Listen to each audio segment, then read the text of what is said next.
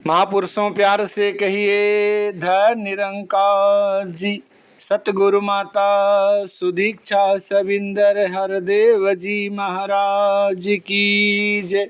महापुरुषों, सतगुरु की कृपा है और आप सभी संत महापुरुषों के आशीर्वाद से दास एक बार पुनः आप सभी के समक्ष उपस्थित है और लगातार दास इस समय संत निरंकारी मिशन की प्रेरक महिलाएं नामक पुस्तक का सहारा लेकर के उन तमाम दिव्य विभूतियों के जीवनी को आपके श्री चरणों में पहुंचाने का एक छोटा सा प्रयास कर रहा है। भावना यही है कि प्रत्यक्ष को प्रमाण की जरूरत नहीं होती है। दास ने इस बात का स्वतः अनुभव किया है। पुस्तकें तो आप सभी संत महापुरुषों की कृपा से सदगुरु के दिशा निर्देश से लगभग घर में मौजूद है। जब भी कोई पब्लिकेशन पे नई पुस्तकें आती है तो आदेश के अनुसार सतगुरु के दास उन्हें लेकर के आता है। पर इस चैनल को बनाने के पहले कभी भी उन पुस्तकों को पवित्र अवतार वाणी और हरदेव वाणी के शब्दों को छोड़ करके किसी भी पुस्तक को पढ़ने की कोई जहमत दास ने नहीं उठाई। लेकिन जब जैसा कि पिछले वीडियो में भी हमारी जीवन संगिनी ने आपके साथ वो वीडियो साझा किया और उन्होंने बताया कि दासी काफ़ी दिनों से अस्वस्थ थी, तो जब ऐसा संजोग बना, संत महापुरुषों से आशीर्वाद लेने का मौका मिला, आप जैसे परोपकारी संत महापुरुषों का जब घरों में आगमन हुआ, चरण पड़े, तो महात्मा ने बताया कि इन पुस्तकों को खाली शोकेस बना करके रखने के लिए नहीं है। आप सदगुरु के आदेश मान करके पुस्तकों को खरीद कर तो ले आए, पर सदगुरु इसे बेचना नहीं चाहते हैं। सदगुरु ये चाहते हैं कि इन पुस्तकों को निरंकारी मिशन का एक एक बच्चा, एक एक गुरसिक, एक एक भगत इसे पढ़े और पढ़ने के बाद इसके अंदर जो लिखा है, जो संत महात्माओं की जीवनी लिखी है, उनसे प्रेरणा ले, ये देखे और पुस्तकों में वही लिखा जाता है जिससे हमें लाभ हो, उनके जीवन से शिक्षा लेकर के। और जब दास ने आप जैसे संत महापुरुषों के वचनों को अपने जीवन में धारण किया और धारण करने के बाद जब अमल किया तो उसका प्रत्यक्ष प्रमाण भी मिला कि दास ये नहीं कहता कि हमारी धर्मपत्नी के बीमारी जो रोग हैं वो सब ठीक हो गए हैं, लेकिन जहाँ पहले मन व्यथित रहता था, जहाँ पहले मन में दुविधाएं रहती थी, किंतु परंतु रहती थी, शंकाएं रहती थी, आज आप जैसे संत महापुरुषों के आदेश और उपदेश के कारण, सही दिशा निर्देश के कारण, जहाँ घर में चरणामृत का नियमित सेवन हो रहा है, इन साहित्यों का निरंकारी मिशन के पठन और पाठन हो रहा है और पठन पाठन के साथ साथ उसमें लिखे जो गुण हैं, जो दिव्य विभूतियों ने अपने जीवन में जीवनी से साझा किया है, उस पर चलने का जब प्रयास हुआ तो उस बीमारी में भी कमी आई। और साथ साथ जो सबसे बड़ी चीज़ है, जो है आत्मबल, जो है आत्मविश्वास, जो है स्थिरता, जो है इस निरंकार और सतगुरु के चरणों में जुड़े रहने की कला, वो आप संत महापुरुषों की कृपा से इन पुस्तकों के पठन पाठन से आया।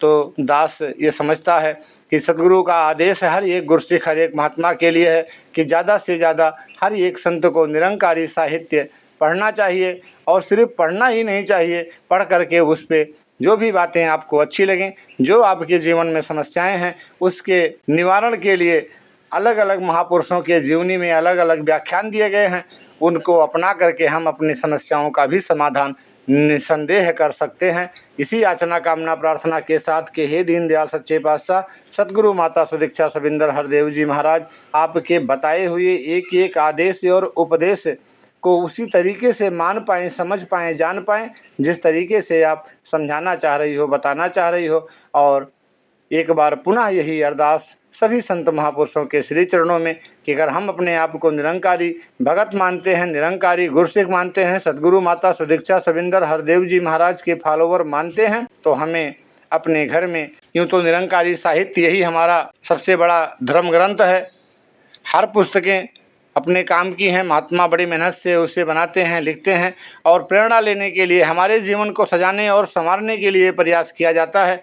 तो घर में होनी चाहिए, लेकिन अगर नहीं है तो भी पवित्र अवतार वाणी, पवित्र हरदेव वाणी, ये पुस्तक हमारे घर में, और जो संत निरंकारी पत्रिका है, एक नज़र है, हस्ती दुनिया है, ये सारी पुस्तकें, इसके सदस्य भी हमें बनना है और ये सारी पुस्तकें हमें अपने घर में लाना है। क्योंकि और लाना ही नहीं है, इसे खुद पढ़ना है, दूसरों को भी पढ़ने के लिए देना है, जिससे वो भी प्रेरणा ले सकें। और हम अपने जीवन में जो कुछ भी समस्याएं चल रही हैं, क्योंकि ये शरीर है, इसमें आधियाँ व्याधियाँ लगी ही रहेंगी, तो एक ही एक आधी, एक एक व्याधि की दवाइयाँ इसमें, इलाज इसमें, तरीका इसमें बताया गया है। उसे अपना करके हम अपना लोक भी सुखी कर सकते हैं। पर लोक तो सतगुरु की कृपा से सुखमय बन चुका है। आनंद और सुकून के भागीदार बनने के लिए, इस खूबसूरत दुनिया का खूबसूरती से आनंद लेने के लिए हमें लोक सुखी करना है। और लोक सुखी करने का एकमात्र तरीका, एकमात्र सलीका है सतगुरु के आदेशों और उपदेशों को अपने जीवन में ज्यों का त्यों धारण करना, ज्यों का त्यों अपनाना। तो जहाँ सतगुरु के चरणों में अरदास है, वहीं आप सभी संत महापुरुषों के श्री चरणों में भी अरदास है कि आप सभी माई बाप हो, आप सभी कृपावंत हो, दयावंत हो। संसार की सारी रिद्धियाँ, सारी सिद्धियाँ आप सभी संत महापुरुषों के श्री चरणों में हैं। तो अपनी कृपा दृष्टि, दया दृष्टि दासी और दास के परिवार के ऊपर सदा सर्वदा बनाए रखिए, जिससे दास भी सतगुरु के बताए हुए आदेशों और उपदेशों पर चल करके अपना लोक सुखी और परलोक सुहेला कर पाए। आज एक बार पुनः संत निरंकारी मिशन की प्रेरक महिलाएं नामक पुस्तक से, जिसके लेखक हैं आदरणीय राज वासुदेव सिंह जी, इसमें जिस दिव्य विभूति की जीवनी लिखी है, ये हैं श्रीमती चरणजीत कौर जी। तो दास से आज इन्हीं की जीवनी लेकर के आपके श्री चरणों में समर्पित है। श्रीमती चरणजीत कौर जी 5 अक्टूबर 1942 से 22 जनवरी 2009 तक। जन्म मरण के चक्र में असंख्य लोग प्रतिदिन इस धरती पर जन्म लेते हैं और जीवन यात्रा संपन्न करके संसार से विदा हो जाते हैं, परंतु कुछ रूहें ऐसी होती हैं जो अपने उत्तम कर्म से ऐसी रचना लिख जाती हैं जिसे सदियों तक लोग पढ़कर जीवन का सही रास्ता ढूंढ लेते हैं। निरंकारी जगत में जीत बुआ जी के नाम से प्रसिद्ध पूज्य चरणजीत कौर जी ऐसी ही रूहों में से एक थीं। पूज्य चरणजीत कौर जी का जन्म 5 अक्टूबर 1942 में अविभाजित भारत के रावलपिंडी, अब पाकिस्तान में, बाबा अवतार सिंह जी एवं जगत माता बुधवंती जी के घर हुआ। यह वह समय था जब रावलपिंडी में सतगुरु बाबा बूटा सिंह जी अपने परिवार सहित शहंशाह अवतार सिंह जी के घर में रहकर जनमानस का कल्याण कर रहे थे। घर में संतों महापुरुषों की रहमत बरसती रहती थी, जिस कारण आपको माँ की गोद के साथ साथ बाबा बूटा सिंह जी, उनकी धर्मपत्नी गुणवंती जी एवं अन्य संतों का भरपूर आशीर्वाद मिलता रहता था। गुरमत भरे इस वातावरण में आपने जीवन यात्रा आरंभ की। यही संस्कार जीवन भर आपके हृदय की कोमलता, मन की पवित्रता, सरलता एवं विशाल दृष्टि के रूप में प्रकट होते रहे। बचपन से ही आपके हृदय में प्रभु प्राप्ति, गुरु सेवा और संतों महापुरुषों के प्रति आदर सत्कार की भावनाएं घर करने लगी थीं। देश के विभाजन के बाद शहंशाह बाबा अवतार सिंह जी परिवार सहित दिल्ली के पहाड़गंज में आकर बस गए। बचपन के सुनहरे दिन। शहंशाह बाबा अवतार सिंह जी एवं जगत माता बुधवंती जी की आप सबसे छोटी संतान थी। आपको बड़ी बहन के रूप में श्रीमती नंद कौर जी और बड़े भाइयों के रूप में बाबा गुरबचन सिंह जी और सज्जन सिंह जी जैसी अलौकिक विभूतियों का सानिध्य प्राप्त हुआ। उस समय तक आपसे 2-2.5 वर्ष बड़े भाई जोगिंदर सिंह नूर जी को शहंशाह जी ने अपनी चचेरी बहन मान कौर जी को गोद दे दिया था। इस प्रकार आपको जहां सारे परिवार का निजी प्यार मिला, वहीं संगत के हर महापुरुष का लाड प्यार भी मिलता रहा। बचपन से ही आप बहुत भोली भाली रहीं। आपके चेहरे की मासूमियत आपके हृदय की पावनता की गवाही देती थी। जब आप 4.5 वर्ष की थीं तो 22 अप्रैल 1947 को आपके बड़े भाई सेठ गुरबचन सिंह जी की शादी निरंकारी राजमाता कुलवंत कौर जी से और इसके कुछ महीने पश्चात बड़ी बहन नंद कौर जी की शादी 29 अगस्त 1947 में भाई साहब कुलवंत सिंह जी से हो गई। 1947 में अविभाजित भारत में मजहब के नाम पर दंगे फसाद आरंभ हो गए। लाखों लोगों को पाकिस्तान में अपनी जमीन जायदाद व भाईचारे भरे वातावरण को छोड़कर अपनी जान की रक्षा के लिए भारत आना पड़ा। आप भी अपने परिवार जगत माता जी, सेठ गुरबचन सिंह जी, भाभी कुलवंत कौर जी, बड़ी बहन नंद कौर जी एवं जीजा कुलवंत सिंह जी के साथ पहले रावलपिंडी के निकट सरकारी वाह कैंप में रहीं और फिर वहां से सरकार द्वारा की गई व्यवस्था को अपनाते हुए जालंधर रिफ्यूजी कैंप में पहुंच गईं। कुछ दिनों के पश्चात ही पता चला कि शहंशाह जी भी दिल्ली के पहाड़गंज क्षेत्र में पहुंच गए हैं, तो आप सब जालंधर से दिल्ली आ गए। अपने सद्गुरु व पिता से मिलाप ने इतने दिनों की मुश्किलों व मानसिक तनाव को दूर कर दिया। फिर तो पूरा परिवार पहाड़गंज की गली नंबर 2 में एक छोटे से मकान में रहने लगा। आपकी प्रारंभिक शिक्षा पहाड़गंज से ही आरंभ हुई। आपके बड़े भाई सज्जन सिंह जी का आपसे बहुत लगाव था। वह सदा कहते कि जीत, तू जितना चाहे पढ़, तुझे पढ़ाना मेरा सपना है। पर निरंकार की लीला कौन जाने, 29 अगस्त 1948 को सज्जन सिंह जी ब्रह्मलीन हो गए। दूसरी ओर घर परिवार को चलाने व संतों की सही ढंग से सेवा कर पाने के ध्यान से सेठ बाबा गुरबचन सिंह जी ने मेहनत, ईमानदारी व सच्चाई का रास्ता चुना। अपनी युवा अवस्था को तप त्याग के मार्ग पर अग्रसर किया और सतगुरु बाबा अवतार सिंह जी महाराज को मिशन के प्रचार प्रसार के लिए घर की जिम्मेदारियों से आज़ाद कर दिया। कहते हैं कि एक बार जगत माता जी व शहंशाह जी जालंधर कल्याण यात्रा पर आए तो जगत माता जी को गोविंद सिंह के नम्र व गुरमत भरे व्यवहार और हृदय की सरलता पसंद आई। उन्होंने नौजवान गोविंद सिंह जी की ओर संकेत करते हुए शहंशाह जी से कहा, अपनी जीता लई एहो जिहा नौजवान चाहिदा है। उनकी बात को मान देते हुए शहंशाह जी ने फरमाया, एहो जिहा ता यही हो सकता है। बस फिर क्या था, शहंशाह जी की स्वीकृति होते ही चरणजीत जी का रिश्ता गोविंद सिंह जी से तय हो गया। चरणजीत सिंह जी ने अपनी मैट्रिक की परीक्षा पास ही की थी कि 1958 में मात्र 16 वर्ष की आयु में आपकी शादी भाई साहब गोविंद सिंह जी से कर दी गई। भाई साहब गोविंद सिंह जी के पिता श्री गुरदित्तामल जी बाबा बूटा सिंह जी के समय से ही ब्रह्मज्ञानी थे। यह परिवार भी गुरमत के रंग में रंगा हुआ था। सेठ बाबा गुरबचन सिंह जी की जब शादी हुई तो उसमें सेठ साहब का सेहरा भाई साहब गुरदित्तामल जी ने ही पढ़ा था। गोविंद सिंह जी के 2 भाई व 1 बहन थी। इनके दादी जी, जिन्हें सब प्रेम से बेजी कहते थे, वह तो जीत जी को अपनी बेटी ही मानती थी। इस परिवार से आपको पूरा आदर सत्कार मिला। शादी के समय गोविंद सिंह जी जालंधर में ही रहते थे। यहीं पर कुलवंत सिंह जी, हुकुम प्रकाश जी एवं सेठ गुरबचन सिंह जी स्पेयर पार्ट्स की दुकान चलाते थे। इसी दुकान पर गोविंद सिंह जी भी कार्य करते थे। उस समय गोविंद सिंह जी की आर्थिक स्थिति बहुत अच्छी नहीं थी, लेकिन गुरमत के भरपूर खजाने के मालिक थे।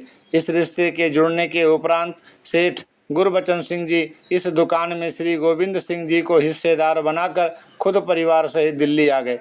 गोविंद सिंह जी की सेवा व गुरमत रंग लाई और उन्होंने अंतिम श्वास तक सेवा निभाई। आपके जीवन साथी भाई साहब गोविंद सिंह जी को 1979 में संत निरंकारी वर्किंग कमेटी की चेयरमैन की सेवा सौंपी गई और इसके उपरांत जनरल सेक्रेटरी संत निरंकारी मंडल की सेवा दी गई। वर्ष 2009 उनको संत निरंकारी केंद्रीय सलाहकार व प्लानिंग बोर्ड में चेयरमैन का पद मिला व 2017 में पुनः संत निरंकारी कार्यकारिणी के प्रधान की जिम्मेदारी निभाई। आपने सदैव गुरसिखी की मर्यादाओं को निभाया। यदि लगभग 40 वर्ष से आप दिल्ली में रहकर सेवा करते रहे तो इसका श्रेय भी चरणजीत जी को ही जाता है, जिन्होंने घर परिवार की जिम्मेदारियों से उन्हें आज़ाद किया ताकि वह गुरु की सेवा में दिन रात लगे रहें। स्वभाव, चरणजीत जी बाबा हरदेव सिंह जी महाराज के रिश्ते में बुआ लगती थी। इसी कारण संपूर्ण निरंकारी जगत आपको जीत बुआ जी के नाम से जानता है। जगत माता बुधवंती जी की भांति आप भी बहुत ही नम्र, कोमल व सरल स्वभाव की थी। बनावट व दिखावा आपसे कोसों दूर था। सच्ची बात तो किसी के सुधार के लिए या उसके हित में हो, दूसरे के मुंह पर कहने में संकोच नहीं करते थे। आपके शब्द प्रेम से परिपूर्ण होते थे। इस कारण आपकी बात का कोई बुरा नहीं मानता था। आपका स्नेह सभी को प्राप्त होता, इस कारण आप सभी की अपनी थी। आपने कभी अपने पराये में भेदभाव नहीं रखा था, जिस कारण बच्चे, जवान व बुजुर्ग सभी आपके पास कुछ समय व्यतीत करना अपना सौभाग्य मानते थे। अनथक सेवा, जीत बुआ जी की सेवा बेमिसाल थी। जीवन का अधिकतर समय आपने संत निरंकारी सत्संग भवन जालंधर शहर में व्यतीत किया। जालंधर जीटी रोड पर स्थित पंजाब का बहुत बड़ा नगर है। इसीलिए जम्मू कश्मीर, हिमाचल या पंजाब के कई भागों से, दिल्ली या भारत के अन्य हिस्सों से आने जाने वाले महात्मा आपके पास ठहरते। आप हर संत की सेवा मुस्कुराते हुए करती। इसका अंदाज़ा इस बात से लगाया जा सकता है कि अमृतसर की घटना में भाई साहब गोबिंद सिंह जी लगभग पौने 2 वर्ष जेल में रहे। उनकी गैर हाजिरी में भी आपके पास भवन में ठहरने वालों की संख्या पहले से भी अधिक हो गई थी। उस समय बच्चे भले ही छोटे थे, लेकिन फिर भी आपने जिस साहस, दिलेरी एवं विश्वास के साथ विपरीत परिस्थितियों का सामना किया वह बेमिसाल था। कोई मीडिया वाला आया या कोई नेता, आपने उन्हें मिशन के सिद्धांतों व शिक्षा, जो निराकार का ज्ञान लेने के बाद प्रेम, करुणा, दया, एकता, मानवीय मूल्यों तथा अमन शांति पर आधारित है, इसकी जानकारी देने में कभी संकोच नहीं किया था। एक निडर योद्धा चरणजीत जी का निरंकार सद्गुरु पर विश्वास अडिग था। आप विपरीत परिस्थितियों में भी अपना मानसिक संतुलन बनाए रखते थे। ऐसे समय में पूज्य इंदर सिंह अनाथक जी का गीत गाया करते थे। हर मुश्किल दा हल सतगुरु है, कल भी सतगुरु सी, आज भी सतगुरु है। ऐसे अनेकों विश्वास दिलाने वाले भजन उन्हें कंठस्थ थे। 1978 से पंजाब के हालात बहुत नाजुक थे। अज्ञानता बस चारों ओर निरंकारी भक्तों को डराया व धमकाया जा रहा था। गाँवों में जहां निरंकारी अल्प संख्या में रहते थे, उनके साथ दुर्व्यवहार किया जा रहा था। ऐसे विपरीत वातावरण में भी आप गांव-गांव जाती रहीं और महापुरुषों को हौसला देती रहीं। इस संघर्षमय समय में भी आप घबराई नहीं, स्वयं भी निरंकार सद्गुरु का सहारा लिया और जो गांव खेड़ों के अन्य साधारण भोले भाले बेकसूर महापुरुष जेल में बंद थे, उनके घरों में जाकर भी उनको सांत्वना देती रहीं। यदि स्वयं ना भी जा पाती तो दूसरे महापुरुषों को उनकी हर प्रकार की सहायता करने के लिए प्रेरणा देती। यही कारण है कि वे परिवार आज तक गुरु चरणों से जुड़े हुए हैं। संयोजक के रूप में जालंधर भारत की आरंभिक संगतों में से एक है।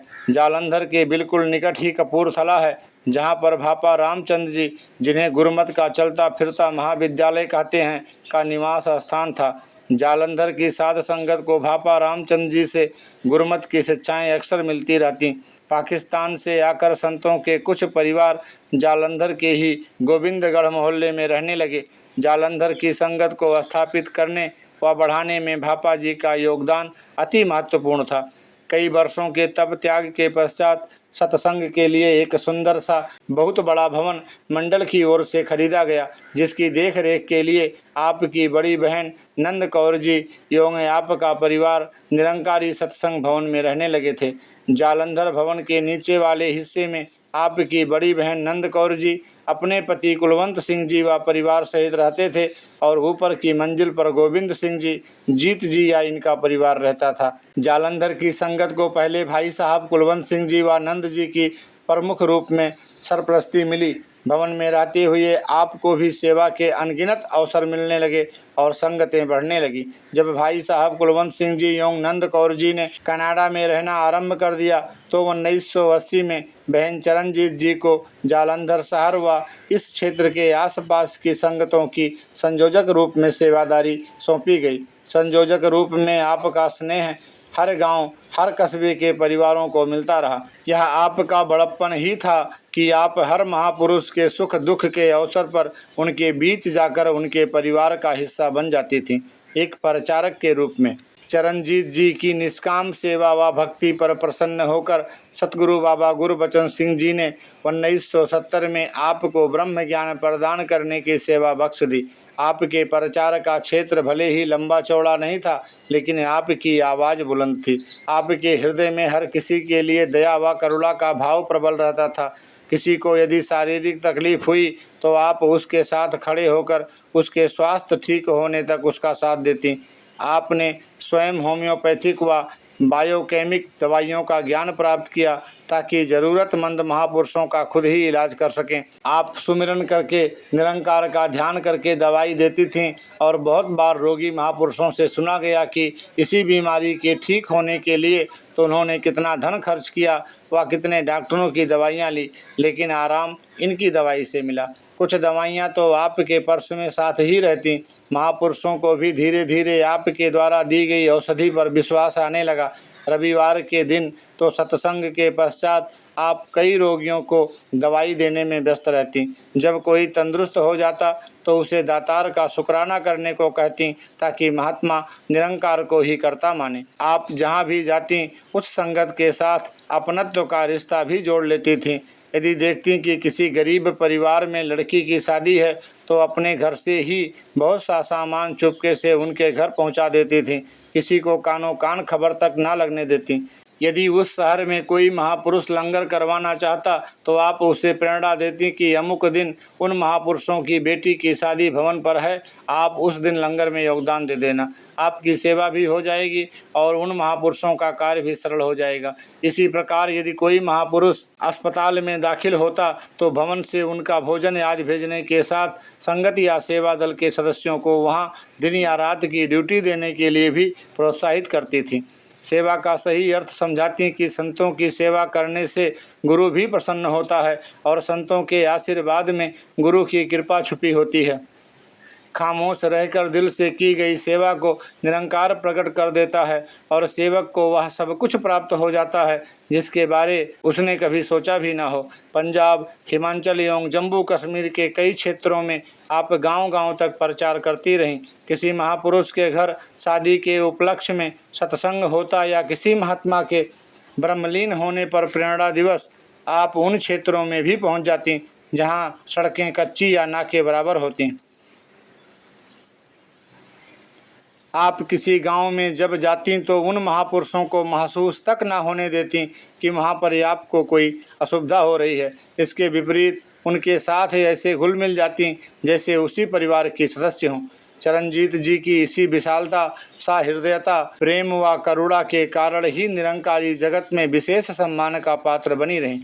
उनका प्रेम अपनी बहुओं, बेटों, बेटी, दामाद व अन्य सगे संबंधियों के साथ एक जैसा समरूप ही रहा। उन्होंने अपनी दोनों बहुओं अमरप्रीत परविंदर और दामाद प्रीतपाल सिंह प्रिंस एवं दोनों बेटों उजागर पाल सिंह जी पाली व गुरु प्रकाश सिंह जी पासी एवं बेटी नवनीत नीतू में कभी पक्षपात नहीं किया था। घर का वातावरण गुरमत भरा होने के कारण ही आपके पति गोविंद सिंह जी मिशन में अपना पूरा समय दे पाए। चरणजीत जी जहाँ एक सुलझी हुई विचारक थीं, वहीं गीतकार भी थीं। जैसा अवसर देखना वैसे गीतों को मधुर स्वर देकर समा को बांध लेती थीं।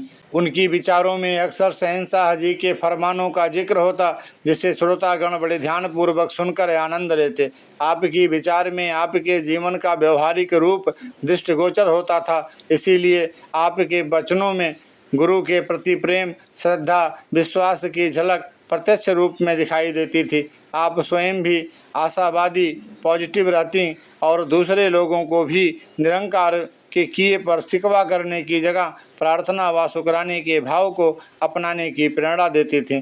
1978 में जब 60 निर्दोष निरंकारी महापुरुषों को जेल में डाला गया, बहुत से परिवारों के महापुरुष ऐसे थे जो घर में अकेले ही कमाने वाले थे, जिनके बच्चे भी बहुत छोटे थे, जिनकी औरतें भी घर गृहस्थ को संभालने वाली थीं, जिनका कोई कमाई का साधन नहीं था।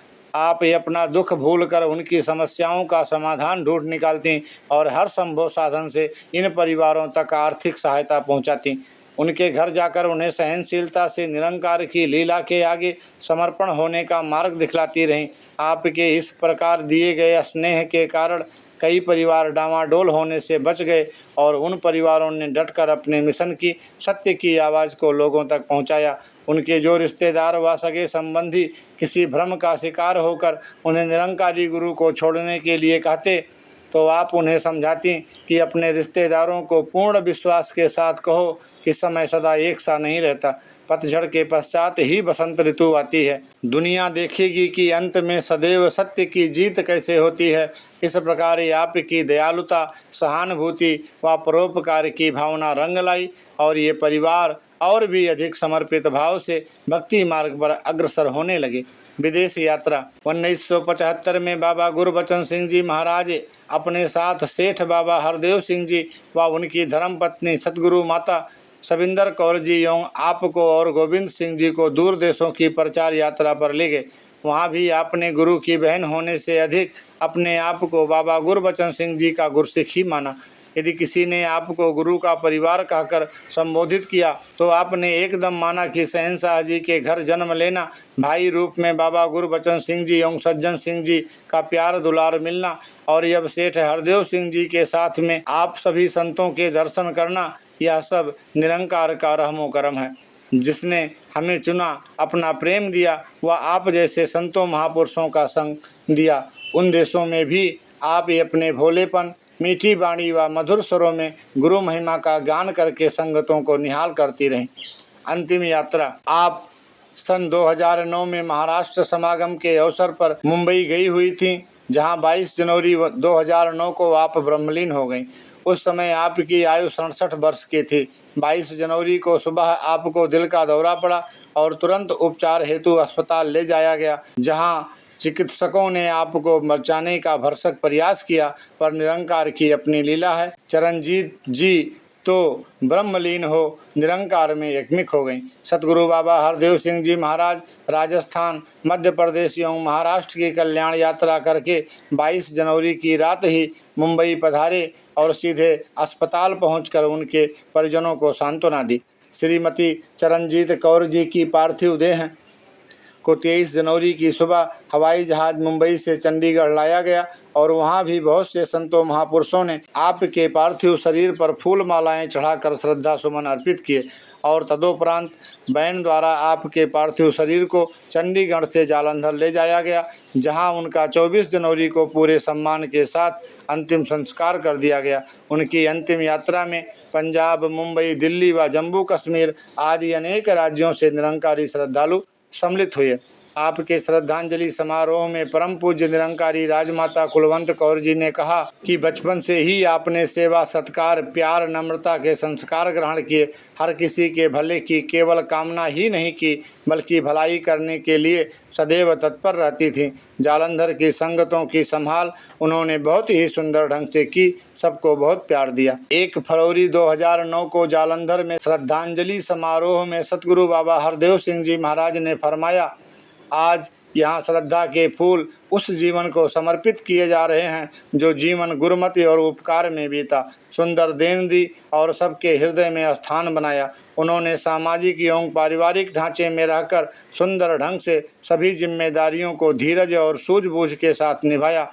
एक पुरुष बाबा अवतार सिंह जी एवं जगत माता बुधवंती जी के घर जन्म लेकर सेवा के संस्कार ग्रहण किए, हर किसी के दुख दर्द में शामिल हुए, गुरुमत की शिक्षाओं को जीवन का आधार बनाया और ये भावनाएं उनके जीवन में परिपक्व होती गईं। अनेक महापुरुषों की रचना से भी उनके जीवन के गुणों की चर्चा सुनी। उन्होंने संगतों को प्यार दिया, शारीरिक मजबूरियों के बावजूद मिशनरी जिम्मेदारियों को बाखूबी निभाया, अपने उत्साह को कम नहीं होने दिया, अपने शरीर की परवाह किए बिना अपना प्यार एवं अपनेपन की महसूसियत हर किसी को कराई। हर एक के दुख सुख में शामिल होना उनके व्यवहारिक जीवन का अंग बन गया। परोपकार के लिए हर समय तत्पर रहती थीं। उन्होंने महत्वपूर्ण एवं सफल जीवन जिया। गुरु घर में जन्म लेकर आत्मा का कल्याण किया और उपकार के भाव को अपनाया। जो जिम्मेदारी दी गई उसे हंस हंस कर निभाया और आखिरी श्वास तक अपनी प्रीत निभाई। जालंधर में रहकर भाइया कुलवंत सिंह जी एवं नंद बुआ जी ने भी संगतों की बढ़ोतरी में योगदान दिया। ये परिवार जब कनाडा बस गया तो यहाँ की जिम्मेदारी जीत बुआ जी को दी गई।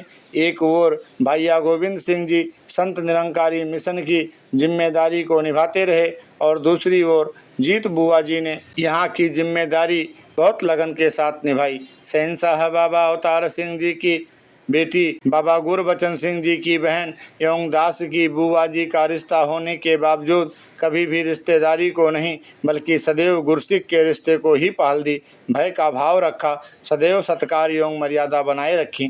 उन्होंने त्याग का परिचय देते हुए सारी जिम्मेदारियों को बहुत ही सुंदर ढंग से निभाया। आत्मिक रूप से संतुष्ट रहीं कि मैं यहाँ की जिम्मेदारी निभा रही हूँ और भाइया जी दिल्ली में रहकर मिशन के लिए कार्य कर रहे हैं। ऐसा जीवन उन भक्तों की ही नुमाइंदगी का आधार बन जाता है जो गुरुमत का आधार लेकर प्यार को विशेषता देते हुए जीवन का सफर तय करते हैं। नम्रता में रहकर निराकार के एहसास के साथ जीवन व्यतीत करते हैं, विशाल हृदय बनकर ऐसा सुंदर जीवन जी कर जाते हैं। आखिरी श्वासों तक निराकार पर विश्वास परिपक्व रखते हैं, कभी ढुलायमान नहीं होते और परोपकारी जीवन जीते हैं। ऐसे जीवन को श्रद्धा सुमन अर्पित किए जा रहे हैं। एक नज़र फरवरी 2009। आज भले ही वह शारीरिक रूप में हमारे बीच नहीं है, लेकिन उनका कर्म, उनकी भक्ति, उनकी सद्भावना हमेशा उनको जिंदा रखेगी। वे दया व करुणा के ऐसे पदचिन्ह छोड़ गई हैं जिन पर चलकर कोई भी अपने जीवन को सफल बना सकता है।